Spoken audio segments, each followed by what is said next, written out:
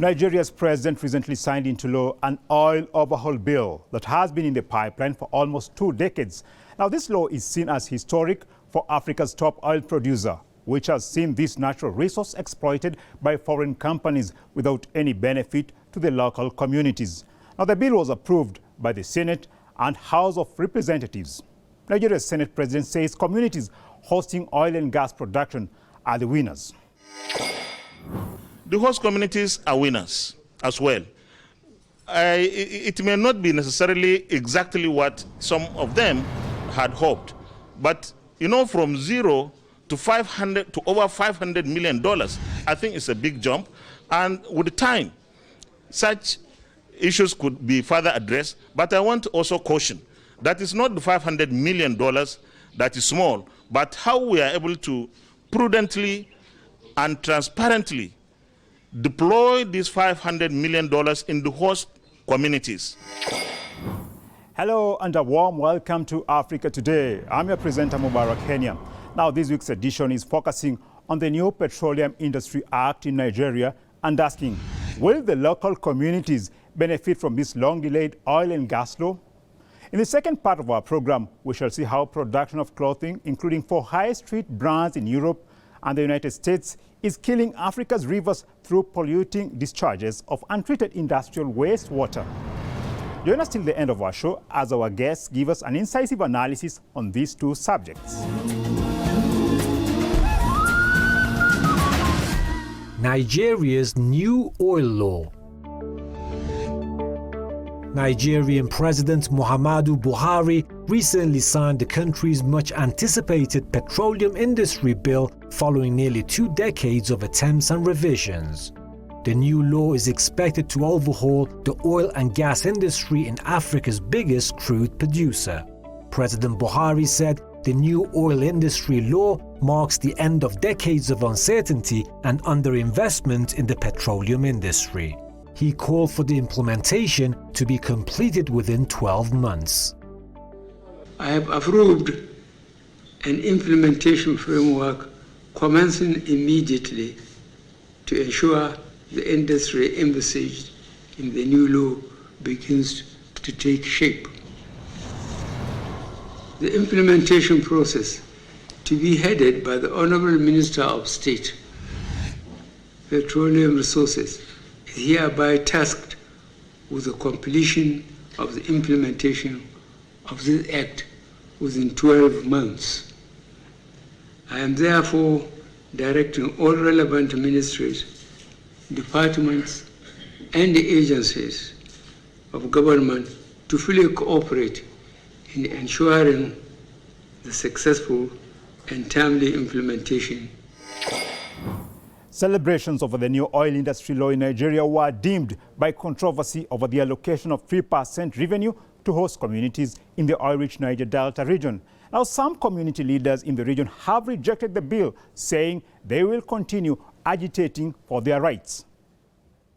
With what they have done, they have not stopped agitation, they have not helped the argument, they've not resolved any conflict, they have created more conflict because the agitation pressure will only be higher.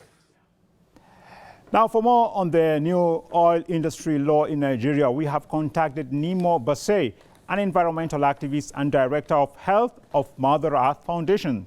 Thanks a lot for your time. Now, can you first tell us what impact will the Petroleum Industry Act have on this critical sector in Nigeria?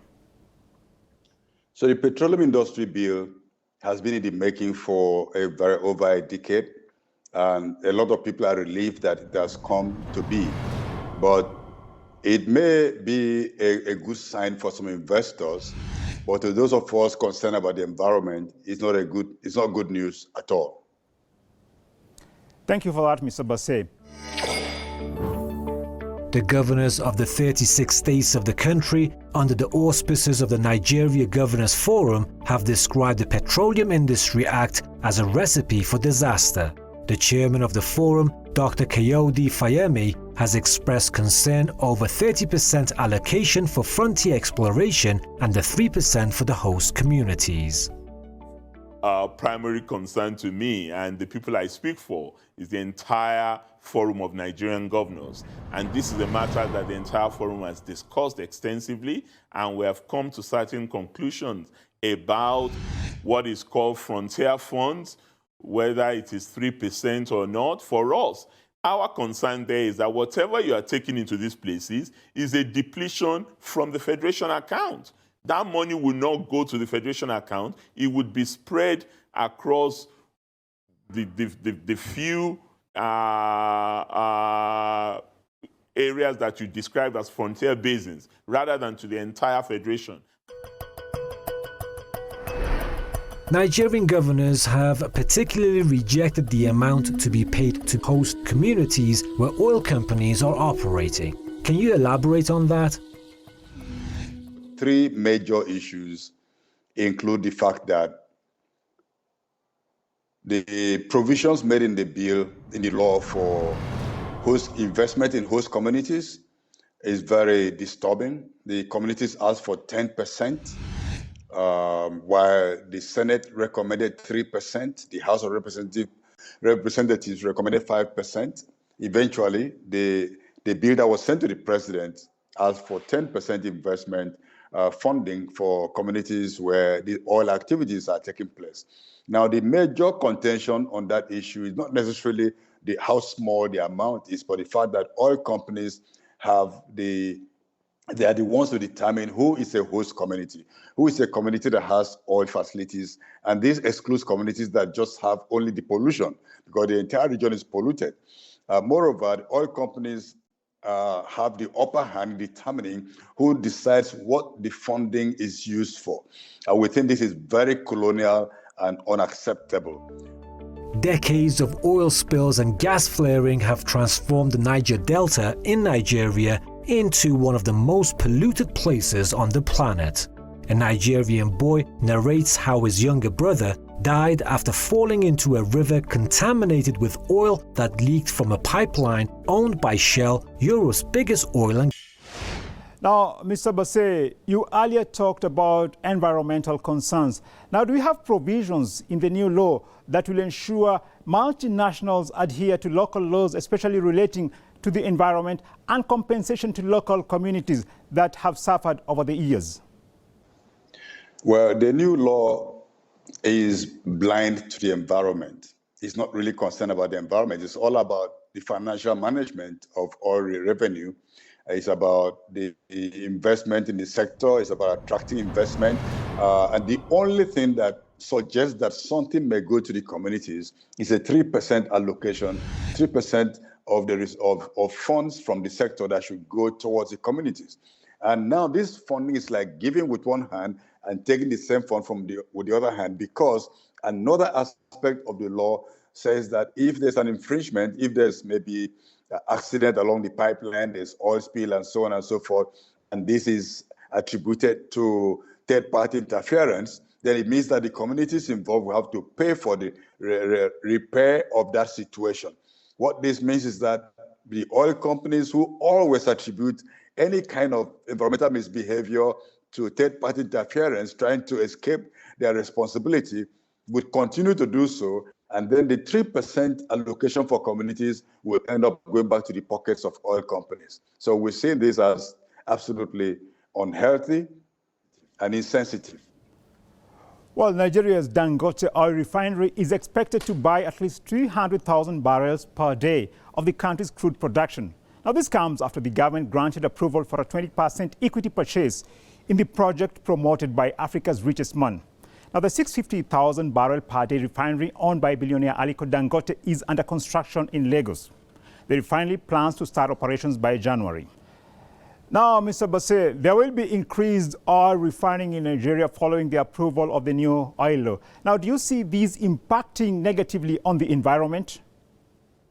Above all, what this means to us, why we're worried about this, it's not about the big private refinery impacting the country negatively, but the fact that you have that big refinery right there at the shoreline of Lagos, you're going to have more pollution, you're going to have destruction of fisheries, you're going to impoverish the people, you're going to poison the people with all the toxic elements coming from the refinery. And then moreover, the country is going to say, well, we have all this oil. Why should we move to renewable energy?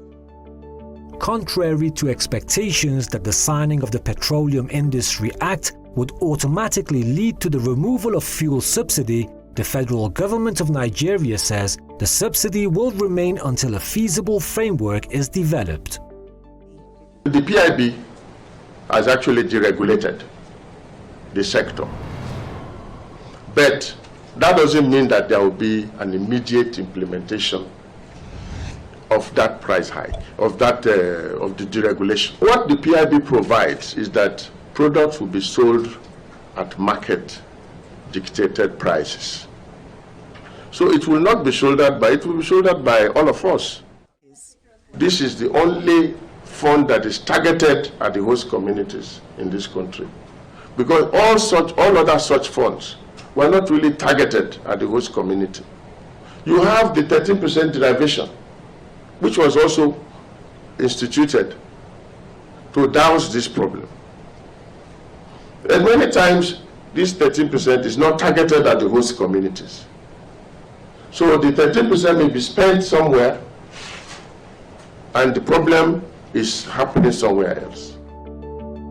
Of course, most Nigerians are opposed to removal of the fuel subsidy, saying it will push up inflation. To address some of the controversial details of the new law, our correspondent Folashade Ogunrinde tells us more. Since President Muhammadu Buhari signed the much talked about Petroleum Industry Bill into law, one of the most prominent concerns it has raised is whether or not the pump price of petrol will go up for as high as 300 naira per litre. Usually the impact of fuel price hike is felt first in the public transportation system, where bus operators jack up fares and commuters pay more. In every way, the driver or every transport company will have to increase the price of or the tariff at which they take to wherever it is that they are going to. Looking at it, in the other hand, when I buy fuel at the rate of 300 and something naira, I'm likely to increase the transport fare so that I can meet up to go and come and buy the fuel again and go back. It's going to affect a lot. Not only transportation will affect, it will affect even people selling food stuff. It will affect anything that affects transport, that affects fuel, will affect every other thing. For a standard living in a common man in Nigeria now, how can you buy fuel for 360 naira and you are receiving a minimum wage of 30,000 naira? Logic, how does that gel? It doesn't work. The government has decided to maintain the petrol subsidy contrary to expectations. Now, what's your take on this decision? You know, the question of oil subsidy is one thing that is so opaque that Nigerians don't understand what the subsidy is and where the subsidy comes from. Many times they've told us they've stopped paying subsidies, but then we find that they're still paying subsidies. So it's like there's something political beneath the subsidy argument. And if you ask me, the actual subsidy we have in the oil sector, petroleum sector, is a subsidy provided by the environment that is being trashed, subsidy provided by the communities who are being polluted and contaminated, whose livelihoods are destroyed. And so we just hope that government will wake up one day and tell us exactly how much does the petrol imported or produced locally cost, and how much are we paying at the pump price, and stop playing politics with subsidies. Thank you very much, Mr. Nimo Basay, for your insight on the new petroleum law in Nigeria. Let's take a short break now, and when we come back, we shall talk about global fashion brands polluting African rivers. Stay with us.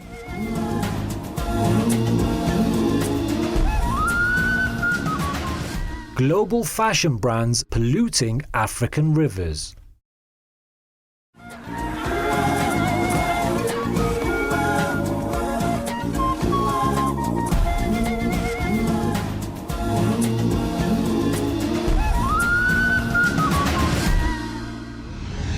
Now, a new report shows that production of clothing, including for high street brands in Europe and the US, is killing Africa's rivers through polluting discharges of untreated industrial water. Now, the report by Water Witness International showcased the polluted rivers in Lesotho, in Southern Africa, and Tanzania to highlight the risks posed by global brands increasingly sourcing clothing from entrepreneurs in Africa, attracted by cheap labor and tax incentives. Nick Hepworth, Water Witness International manager and author of the report, identified around 50 international brands that source or have purchased their clothes in African countries, including Zara from Inditex, ASOS and H&M. One of the rivers affected by untreated wastewater from factories producing garments for global brands is the Simbazi River that flows across Tanzania's commercial capital, Dar es Salaam. A resident speaks here on how the river has been polluted. Mwanzo kabisa wakati tunafika Dar es Salaam na kwenye miaka ya 74 mpaka miaka ya 90, mito kama hususan Msimbazi ilikuwa na maji masafi sana. Watu walikuwa wanakunywa yale maji. Lakini kwa ajili ya miundombinu mibovu au matajiri wakubwa waliojenga viwanda wametuchafulia mazingira. Now, for an incisive analysis on how global fashion brands are involved directly or indirectly in polluting African water bodies in general and rivers in particular, we have contacted Dr. Nick Hepworth, the Water Witness International manager who authored the damning report. Thanks for joining us. Now, can you first tell us why these global brands prefer producing their products in African countries? Sure. Africa still has just a fraction of the global trade with the fashion market, and it's shadowed by the big producers in Asia. But it's a really important potential driver of job creation and economic growth in Africa. For example, before the pandemic, selling clothes to the global fashion brands was worth about 4.6 billion a year to the African continent. And producers are drawn there by a combination of cheap labor costs and overheads, probably the cheapest labor on the planet, and tax incentives from national governments keen to grow the sector, and favorable trade deals that have emerged over the past few years, which relieve duty on imports from Africa to the US and Europe. Well, quite unfortunate there that cheap African labor is a major incentive for global fashion brands producing their products in Africa. And I guess that will qualify for modern slavery or neo-slavery.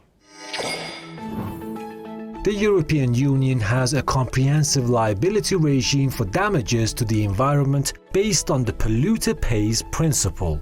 This legislation has pushed out manufacturers that disregard protection of the environment, forcing them to relocate to third world countries where there are less stringent laws. Why are these fashion brands disregarding the protection of the environment of African countries while they would not dare do the same in Western countries? Well, many of the fashion brands are outsourcing production to middlemen, to factories which are largely owned by Asian companies across Africa. And again, they play a really important role in generating employment and export revenue.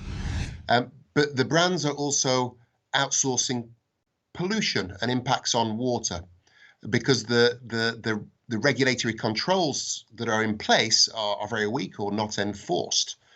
And so by not enforcing strict standards on their suppliers, the brands are turning a blind eye on the pollution that their production and their supply chains are creating.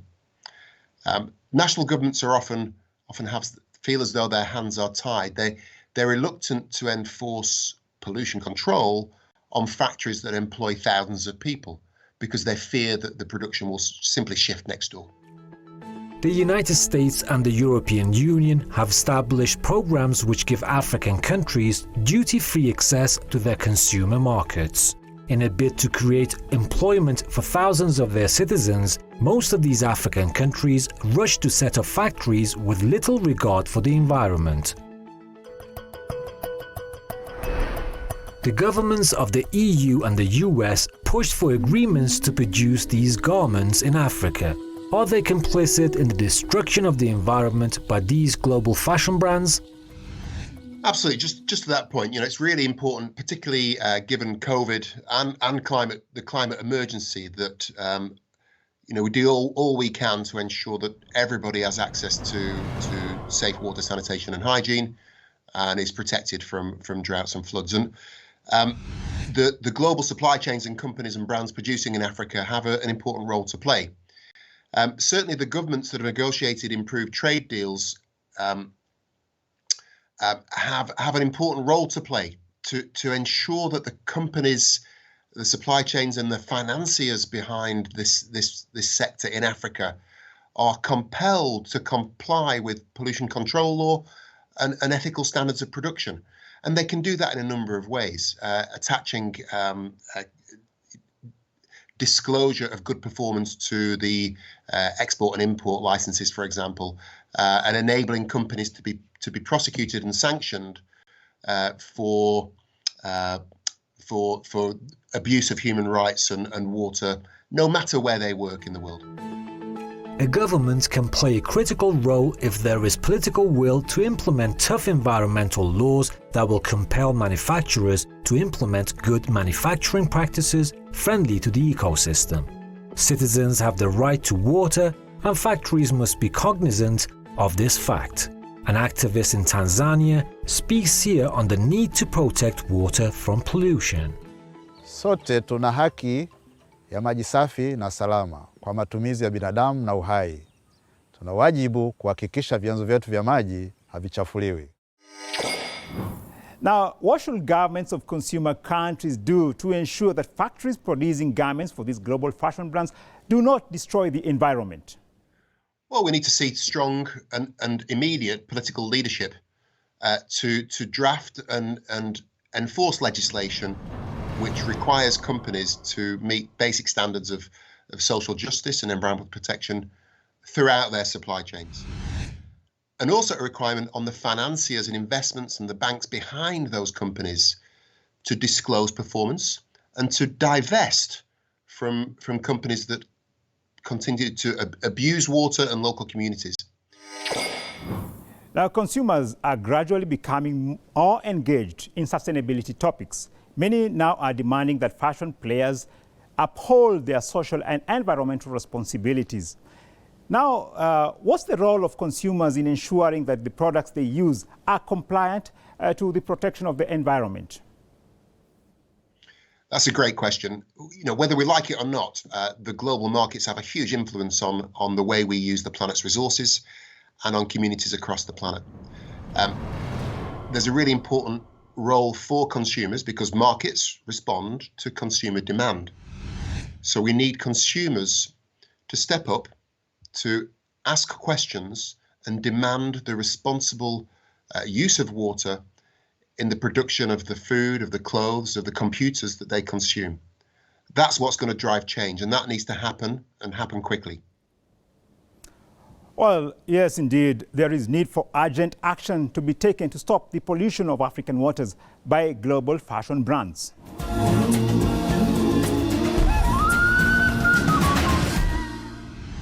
Well, that brings us to the end of yet another edition of Africa Today. It's been great having you watching, and please do send us your comments through our social media handle. You can also watch this show on our website at presstv.ir. Thanks a lot for watching, and goodbye for now.